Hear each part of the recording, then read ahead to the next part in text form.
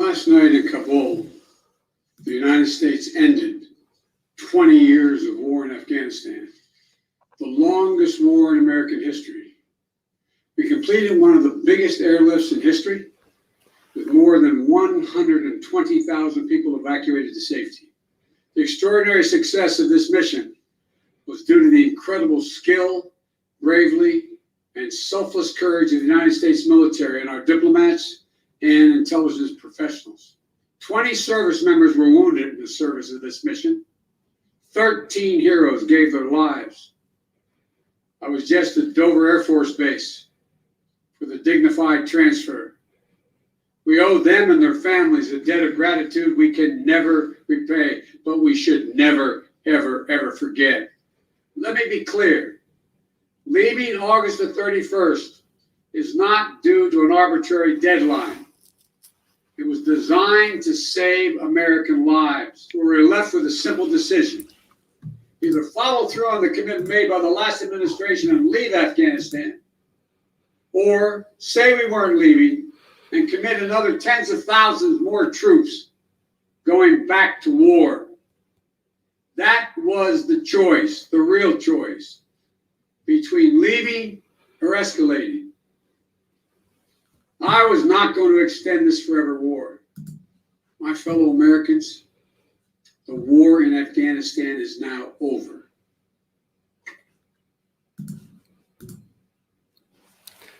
How do parents feel about a government restricting online gaming? What country was it, and what restrictions will be applied?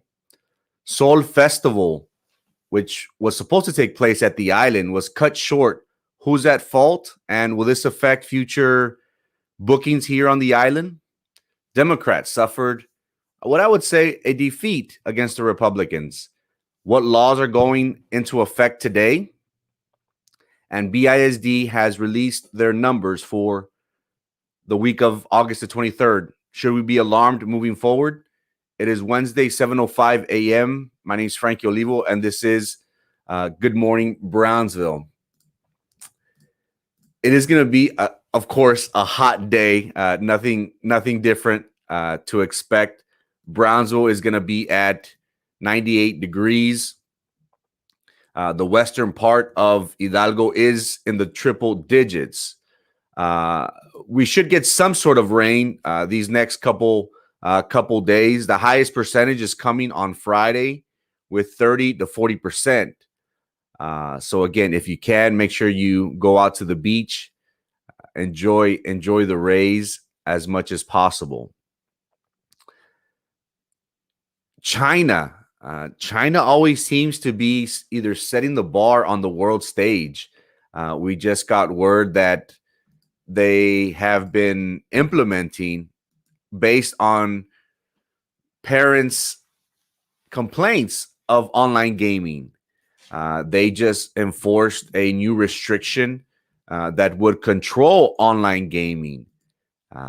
We have all heard of parents that have complained and said, "Oh, se la pasa todo el día con ese juego." Games such as Call of Duty, Minecraft, FIFA, Madden, Fortnite, to name a few, have been games in which our youth have been spending a large majority of their time on. This has led to crazy things. Some have said that, it leads to seizures, loss of vision. What is that? Carpal tunnel, because you're constantly using the handheld devices. Well, in China, they're only going to let the students, the kids, 3 hours. 3 hours of online gaming, which, seems kind of harsh. They won't be allowed to use their video games during the week. It is only a Friday, Saturday, and Sunday thing, which is totally different. And their reason is behind this was that, based on a news conference on Monday, it was because many parents, they said that their children were addicted to online gaming, and this seriously affected their studies, their mental and physical health, which led to many problems, such as having social problems, It is said that these individuals who are gamers, they're kind of sort of like introverts, that they don't like to go out and socialize, that they're not used to that. They're just used to being behind a screen. Well, the Chinese government has taken the extreme measure of preventing children. They consider children 18 and under only 3 hours of online gaming. That has caused a stir within the gaming world, because could this lead to other countries? And how do parents feel? Is this something that parents would encourage? I've heard parents say, "Hey, hey, thumbs down. What's up with the thumbs down? 2 thumbs up." Malo. Some parents say, "Hey, se la pasa todo el día on the thing. He's not getting anything done." We have seen how games such as Minecraft have been implemented in some sort of instructional videos or instructional learning at schools. Some universities have given scholarships for Minecraft and other tech gaming software that has helped students in many facets of their studies. How do the parents feel? Do they agree with China that children 18 and under should only be allowed a certain amount of hours? And those hours are 3: one on Friday, one on Saturday, and one on Sunday. If you ask any 12-year-old or me, I'm a Madden. I play Madden. That's the only Madden and FIFA. Those are the only games that I like, that I enjoy playing. I wouldn't be able to play 3 hours per week. But again, how do the parents feel? Some might encourage this. Some might say that this is a good thing. Only time will tell. But China is being the model, I guess, for restricting the youth in using the video games. Morning, is it Friday already? Yeah, Meadow Raymond. We're at that finish line. We're on Monday we started running. Wednesday we're kind of jogging, and Thursday we're kind of like gateando, trying to get there. Almost, my man, almost. Ganina, good morning. How's it going? Hope you have a good Wednesday. Thank you for stopping by. It's been a while since I've seen you here. Thumbs down. Hater. Un besito para todos mis haters. Bring me coffee. I'm still pending the Colombian coffee. I won't forgive you. I won't forgive you if I get no coffee from Peru. Have a safe trip. Take lots of pictures. God bless. In local news, we had a concert at the island this weekend. And let me say this. The amphitheater, the Cameron County events that have been taking place this summer, all I've been hearing is nothing but great things. We had Ice Cube. We've had Intocable. We've had several big name artists, country singers from all genres here in South Padre Island at the Cameron County Amphitheater. I've heard nothing but rave reviews about each and every artist, that they've put on great shows. Large amounts of people have come. It's just been an overall great event, one after the other. Well, this weekend, there was this Soul Beach Fest, which brought down Mike Towers, which is a rap reggaeton artist, kind of like Bad Bunny, but more of a rapper type who has a big following. He was set to perform here on the island this past weekend, but for whatever reason, they got into some sort of technical difficulties, so to say. It ended up to a point where they ended up canceling the Soul Beach Festival at Isla Blanca Park. It was reported by Sarah Lozano. She doesn't like to be called a reporter, but she's a journalist out of the covering the South Padre Island area. And the thing about it was that it was kind of sketchy at first, because people started saying that the day of the concert is when they started seeing things not go according to what they're used to seeing. This production did not have sufficient manpower to set the stage to create that atmosphere that they were going to have, whether that being lighting, their DJ, their music, their sound, their cables. There's a lot of preparation that goes into these events. If me, who I'm doing a small show on podcast, struggle sometimes, imagine a big production like this. Well, it was said that on this day that the production team was having problems, that they needed people. People were volunteering, that even the own customers were putting chairs and putting things like putting other equipment up just so they can get going. And it ended up happening that a transformer blew during one of the opening acts. And again, everybody was ticked off about this.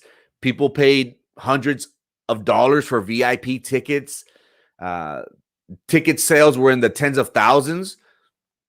And of course, many individuals, some artists, he did, say that he was sorry, that it was nothing that he himself or Mike Towers did voluntarily, that there was just a technical issue with one of the transformers that didn't allow them to perform.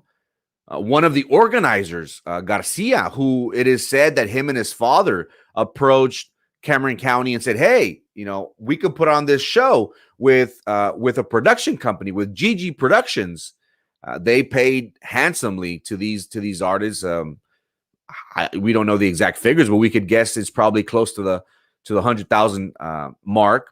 Well, he's saying that, hey, these tickets, they're non-refundable. This is something that was out of our hands. The artists were ready to go, ready to perform, but the generators went out, and there's nothing we can do. Hopefully, the artist will come back, he says, and honor the contract and the tickets that were previously sold, because as we could imagine, the community was in outrage. If you go to their face, the Sol Beach Fest, you could see their comments. They're ticked. When am I going to get my money? And they're posting pictures of the Garcias. They're contact him. But aquí vive. It's getting bad. One thing, you don't mess with people's money. And it seems like if the community was, it's Parks and Recreation's fault, or is it the production company? And of course, we got word from the public, from the Cameron County Parks and Recreation regarding the Sol Beach Fest. And they said, hey, this is something that was hired third party, that, even though we are in contact with the promoter of the event, these is something that all these issues regarding ticket sales, refunds, reimbursements, you have to direct yourself to AARM Business Group, which is the Garcias. They are in charge of this event, because this was a third party concert, so to speak. So it seems like if everybody's blaming everybody, but one thing we hope is that it's not the artist's fault. Their main deal is they have to show up on a certain time and perform for a duration amount of time. Are we contracting? Are we hiring individuals to promote, to set up shop, to put on a show that do not have the experience, do not have the manpower? Only time will tell, unfortunately. But we hope that these individuals are given a refund, or hopefully the artists, such as how Garcia had previously stated, hopefully they will honor their tickets and come back and perform at a later date. In Texas news, we had a lot going on, or we have a lot going on today, September the 1st. 666 laws will go into effect. The sign of the beast, 666. 666 new laws will be going into effect in the state of Texas. And one of the big ones, of course, is the open carry, which goes into effect today. Our Brownsville Police Department did post yesterday reminding us of this day. And while we are allowed to keep a gun on our holster while we are out in public, the Brownsville PD did want to specify and remind our community that just because that this goes into effect today, there are some things that we should think about. Private businesses and the city of Brownsville, properties, they can prohibit unlicensed carriers. So this is something that, oh, I got a gun, I could go anywhere. Keep in mind that private businesses, if they do not want that in their establishment, they are able to do so. Also, the bill that just passed, it authorizes law enforcement to disarm individuals if deemed necessary. Again, if the officers are threatened, if they feel that there's a confrontation, and just for safety, just to get control of the situation, they're able to do so. But also very, very important, just because there is we don't need a permit no more. We can't take the guns to schools. We can't take them to the courts. We can't take them to airports. And more importantly, everybody, and please share this as much as possible, don't be taking them out to bars. It's unfortunate, and Brownsville has made the news with chairs flying at Ibiza, which is located where Mi Perrito is, that little plaza. There was a shooting, a couple months ago. There's also been a shooting at what's this bar over here across the street from? Is it El Centenario? No, it's not Centenario. I don't want to say a name that is not the establishment. But there have been bars where there have been shootings, and it's little arguments. It's not anything like a shootout or something, but it's little arguments. But people get rowdy when they drink, and they think that and people start moving guns around. And that's happened to me, and I'm like, you know what? I'm out. That's why I don't go out. It's rare for me to go out. I'm a homebody. But Denny's, of course, the chairs. But be very careful and conscientious. Just because there is an open carry doesn't mean that we can go to schools, we can go to the court, we can go to bars and say, I got a gun. No, you will be met with serious firepower. But again, Texas is a gun state, pro-gun. I could already see my friends, cruising down the street, listening to smoking endo, sipping on gin, and laid back. I could already see my friends driving all over Texas. We have dove season coming up this weekend, which kind of makes it a little bit more weird. But this is our new reality, ladies and gentlemen, where individuals will be able to walk around with rifles, with guns, as long as they're not threatening nobody, as long as they're not, causing fear, causing harm to somebody. This is our new norm. Can we get used to this? What is this? An AK, an AR? No, that's an AK. That's not an AR. An AK-47 being pointed, not literally being pointed, but it's in the aim of a young kid. Is this our new reality? It seems that way. I thumbs down, hater. Good morning. Sorry I'm late. You're 11 minutes late. I forgive you, though. Thank you for being here. Beach better have my money. Oh, you're on a roll. First, when was it? Rihanna? Was it last Friday? Beach better have my money. Now the beach. No, but it's not Cameron County's fault. It's the third party. It's the Garcias. It's the AARM group. Hopefully they'll come to some sort of resolution. People are saying, "Oh, I've been messaging him and he hasn't been answering me." Well, of course he's not going to answer you. Hey, he's got 10,000 people blowing his phone up, saying that, "Hey, you owe me." Who's going to answer to that? But hopefully that gets resolved very quickly. Morning, Joe. How's it going? I was wondering. I was like, man, I haven't seen Joe on here. What's up? Appreciate you, my man. Hope you have a good Wednesday. What about Denny's? Can we take our guns to Denny's? Asking for a friend. If these establishments and restaurants will be having signs, hey, we do not permit or we do not allow these, then, we have to respect the establishment. But some restaurants will, in my opinion, moving forward. Texas also, not only do we have the open carry law that goes into effect today, we've had many laws that will be implemented in the state of Texas. we saw how the House passed legislative bills that were approved by the Texas Senate, and now Governor Abbott is set to sign today these election bills, which again caused some controversy this past summer. And I titled this "Defeat for Democrats." And my friend said, "Oh, you're talking about Afghanistan." I was like, "No, I'm referring to Texas." Of course, to me, of course, Afghanistan is very important, but Texas is slightly more important. The Republicans, did the Republicans win in their political stance and playing chicken? We saw how over 50 Democrats, they left to Washington, D.C.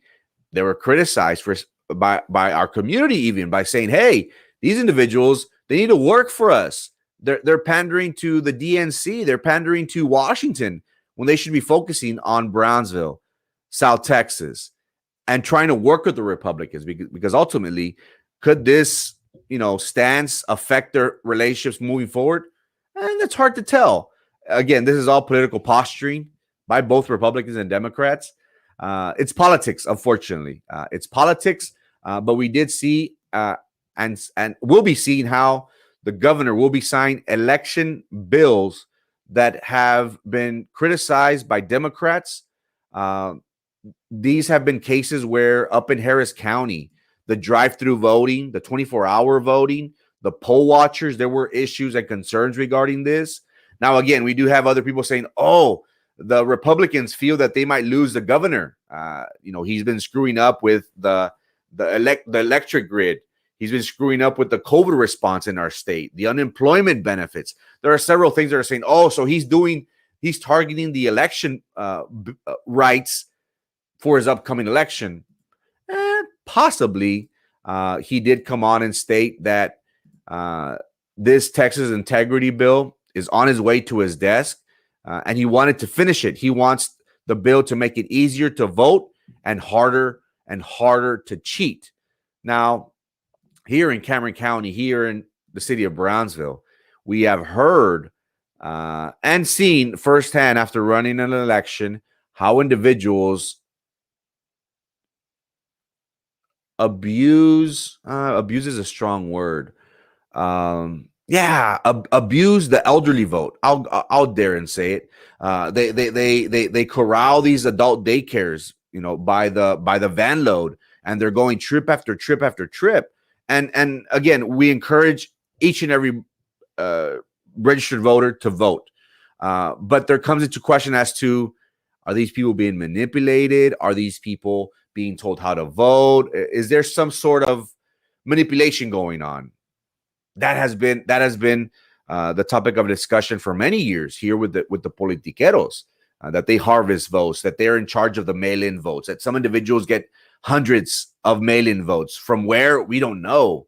And here in Brownsville, they got it down to a T, ladies and gentlemen. These guys are good at what they do, and they're able to control elections based on this. Again, I saw it firsthand, and it's a lucrative business. It's a lucrative business, but maybe, hopefully, this will help steer people away from this in the years to come. Not only that, not only do we have changes in no more drive-throughs, no more the poll watchers. The poll watchers were kind of like being targeted. No more that. You do have to present an ID, which is that's fine. But also, other things that are going to change is that now police officers will be required to have body cams, and this is something that our very own sheriff Eric Garza, who has in his short amount of time modernized the sheriff's department in his 9 months in office. This is something that he has already implemented. The body cams. He is going all tech. The cars now have their own laptops where they're able to connect. Now he's also wanting to introduce a software in the department that is going to cut and alleviate paperwork for our men and women. in his department. Many times it is said that individuals spend hours of time on paperwork and using some device that gives you the time and location. It gives you, I guess it records or it analyzes information and puts it all and compresses it all into a document, so to speak. So the sheriff's office is modernizing. So the body cams have already been put in place by our sheriff, Eric Garza. Also, something that I'm a big proponent of, medical marijuana expansion.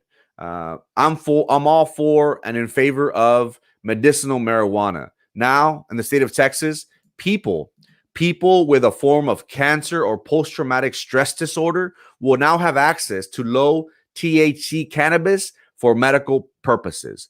And again, we all have our stance on it. Some individuals say, "Oh, this is a gateway drug." I personally feel that individuals that suffer from epileptic seizures, from severe chronic pain, and have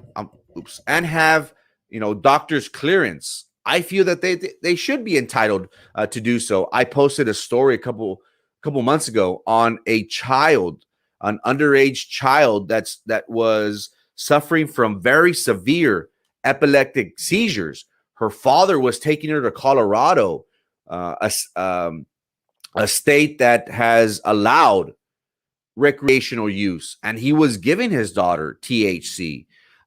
Some were saying, "Oh, this is bad. You're harming your daughter." But he says, "Look, I have seen my daughter calm.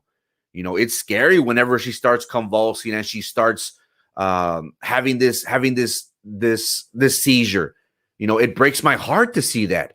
So if she takes a little bit of THC, it calms her down. And we don't have these epileptic seizures." It's a tongue twister. Epileptic seizures as much. So the state of Texas will be allowing this. Now, could this be moving forward a step for Texas, allowing recreational marijuana and taxing it? Who's to say? Texas is a difficult state. I think it's going to take a long time for that to happen. Texas is conservative where it counts. Up in Austin, up in Houston, up in Dallas, up in the big city areas where a large predominant number of voters control the state and have managed to keep it a red state, a Republican state.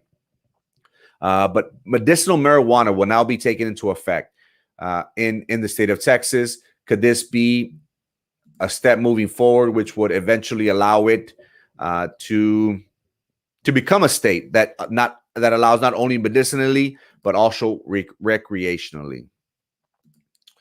Now to our featured story. COVID is bad, ladies and gentlemen. COVID is getting worse. We have heard how some schools up in the rural parts of Texas have canceled schools momentarily, and they will be monitoring the situation based on how the Delta variant virus turns out. Their reasons for closing has been, they don't have the manpower, they don't have the resources, they don't have the funds to have our students going to school. Some teachers are, calling in sick. They have to deal with their own families.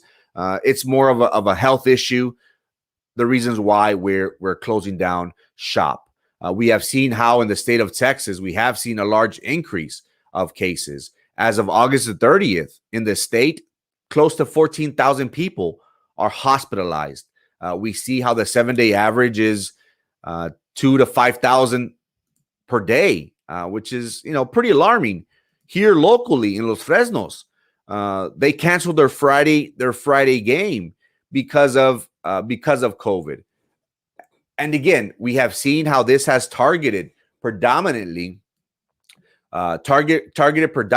our youth. BISD has recently announced that they will be advising the community regarding their COVID numbers, and they will be performing contact tracing, which is great. It's good for our community to know if there is a positive case in their child's school. It is very, very important. Also, they have given us access to their dashboard to see the number of positive cases for students and employees, which is great. And it even breaks it even breaks it down for you guys. It breaks it down for you by school, by if it's an employee, by the department, the number, the ages of the students, which is pretty good. Here are the students for August, for the month of August. BISD reported 283 positive cases. I'm not sure if you could see that. Let me try to. Can I? No, it doesn't let me. Sorry. 283 positive cases. Let me see. Did I make it worse? Let me. My bad. Oops. Okay. 283 cases. The most being at Lopez and Pace. They even give you the male to female ratio. There was more females than males. 53% of the positive cases were females. Champion 14, Vermilion 14, Stillman Middle School 10.